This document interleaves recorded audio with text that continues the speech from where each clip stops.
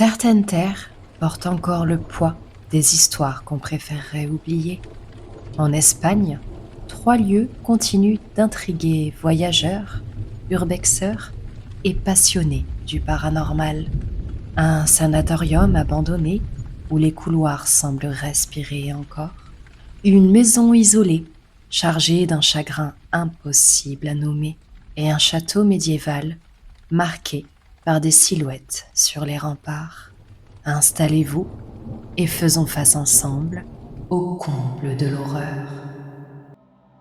Dans la campagne valencienne, il existe une maison isolée, à moitié avalée par les ronces, que les habitants appellent la maison de l'enfant qui pleure. Aucune plaque, aucun panneau, juste un chemin de terre qui disparaît dans un bosquet d'orangers. Et au bout, une bâtisse silencieuse que tout le monde évite. Si on demande pourquoi, les anciens baissent la voix et la réponse est toujours la même. On l'entend encore. Dans les années 1950, une petite famille y vivait. Un père journalier, absent toute la semaine, et une mère qui s'occupait du foyer et de leur fils unique, Matteo, âgé de 6 ans.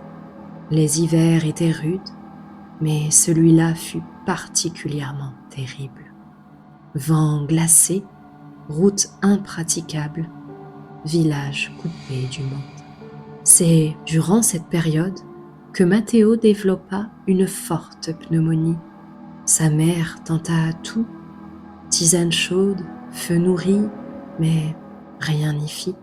Le médecin du village, bloqué à plusieurs kilomètres, ne put jamais atteindre la maison à cause de la neige et des arbres tombés. Les voisins racontent que cette nuit-là, la mère frappa à toutes les portes en criant qu'elle entendait son fils l'appeler, alors qu'il venait de décéder. Quand le père rentra quelques jours plus tard, il trouva une femme hagarde, incapable de rester dans la maison, persuadée que les pleurs de l'enfant continuaient d'y résonner. La famille partit, la maison resta vide, et les années suivantes, des agriculteurs travaillant près du chemin rapportèrent un bruit étrange, toujours le même, un pleur étouffé, comme celui d'un enfant qui sanglote dans son oreiller. Certains disaient l'entendre au crépuscule, d'autres très tôt le matin, quand la rosée trempait les champs. À chaque fois, le son semblait venir de l'intérieur de la maison fermée, mais personne n'osa jamais vérifier. Alors, une rumeur circula rapidement dans le village. Les pleurs ne surviennent que lors des nuits humides, comme si l'esprit de l'enfant revivait sans cesse l'hiver où il avait suffoqué dans sa chambre.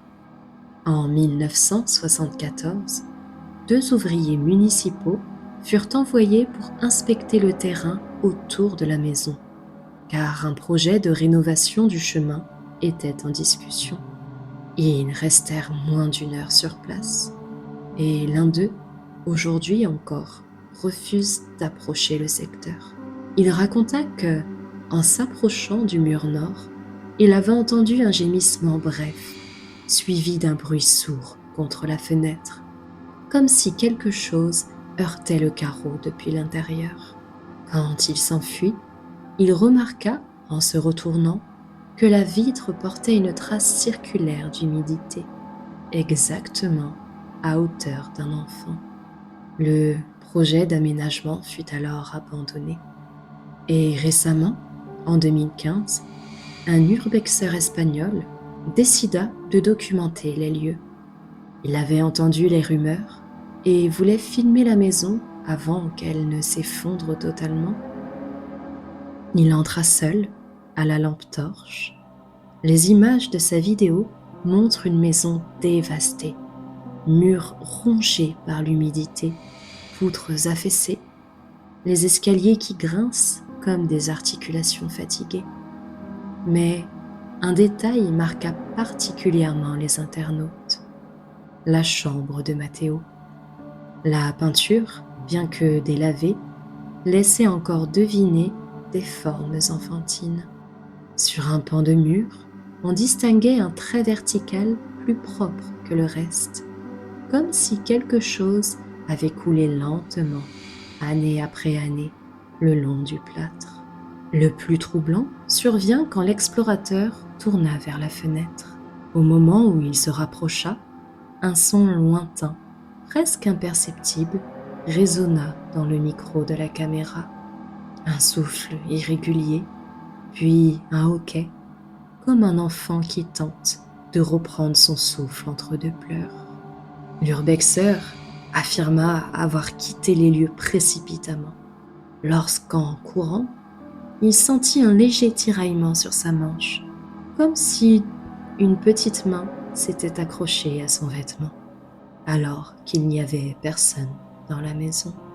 Et enfin, en 2019, un couple de randonneurs affirma avoir entendu, alors qu'ils traversaient le chemin à la tombée de la nuit, un son extrêmement clair, le bruit typique d'un enfant qui pleure en reprenant son souffle. Selon eux, cela provenait de l'étage, alors que la maison ne possède plus de plancher à cet endroit-là, car tout s'est effondré. Et certains parlent aussi d'une baisse brutale de température quand on approche cette maison, souvent suivie d'une impression de lourdeur dans la poitrine, comme si l'air devenait plus difficile à respirer. Alors aujourd'hui, la maison est toujours abandonnée, entièrement livrée aux ronces et aux animaux. Les habitants du village préfèrent détourner le regard quand ils passent devant, car parfois, quand la nuit tombe, un son faible s'élève encore derrière les pierres fissurées, le pleur d'un enfant qui ne s'est jamais vraiment arrêté. En pleine campagne galicienne, presque engloutie par les pins et la brume, se dresse le sanatorium de Césuras. Construit dans les années 1920, il accueillait autrefois des patients isolés, tuberculose, maladies respiratoires, convalescence interminable. On y envoyait ceux qu'on voulait soigner ou éloigner. Aujourd'hui, le bâtiment n'est plus qu'une carcasse grise, rongée par l'humidité, mais il garde une réputation tenace, celle d'un lieu où l'on n'est jamais vraiment seul. Par un matin froid, 2 randonneurs ont décidé de couper à travers la forêt pour rejoindre la route. En suivant un sentier envahi de fougères, ils sont tombés sur la silhouette immense du sanatorium. Les murs, constellés de fissures, semblaient tenir par miracle. Par curiosité, ils ont approché l'entrée.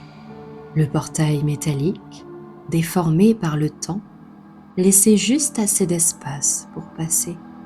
De l'intérieur s'échappait une odeur étrange, un mélange de poussière et d'anciens désinfectants, comme si l'endroit venait d'être abandonné.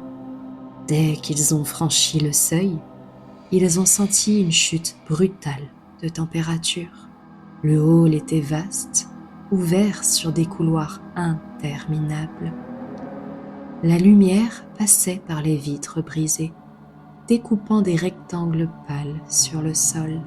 Tout semblait parfaitement immobile, puis un son est apparu, d'abord lointain, régulier, un pas, puis un deuxième. Les 2 randonneurs se sont figés.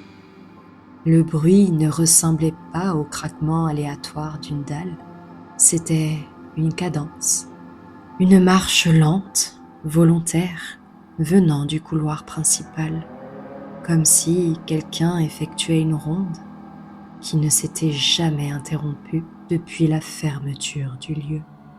En avançant, ils ont découvert l'ancien service des chambres. Les portes, alignées des 2 côtés du couloir, s'ouvraient toutes dans un angle identique, comme tirées par un courant d'air inexistant. À l'intérieur des pièces, des lits rouillés, des numéros de patients effacés et des murs gonflés par l'humidité.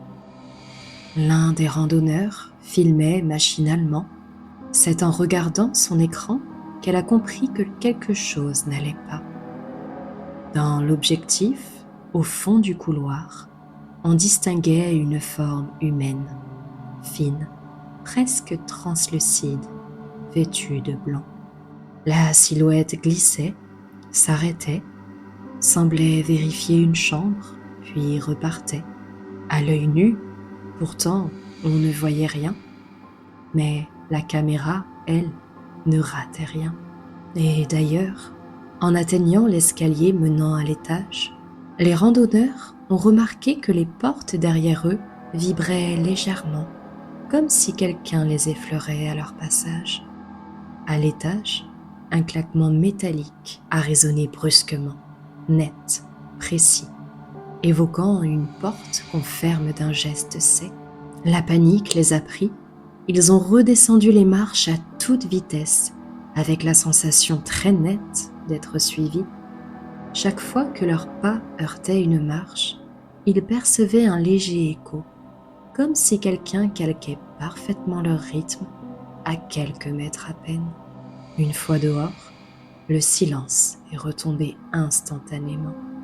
Le froid aussi. Ce n'est qu'une fois chez eux qu'ils ont visionné la vidéo. La silhouette blanche y apparaît clairement, immobile derrière eux, puis disparaissant dès qu'ils franchirent le portail. Quand les randonneurs racontèrent leur histoire, les habitants de Césuras eurent une explication simple. Selon eux, plusieurs infirmiers sont morts ici lors d'une épidémie interne.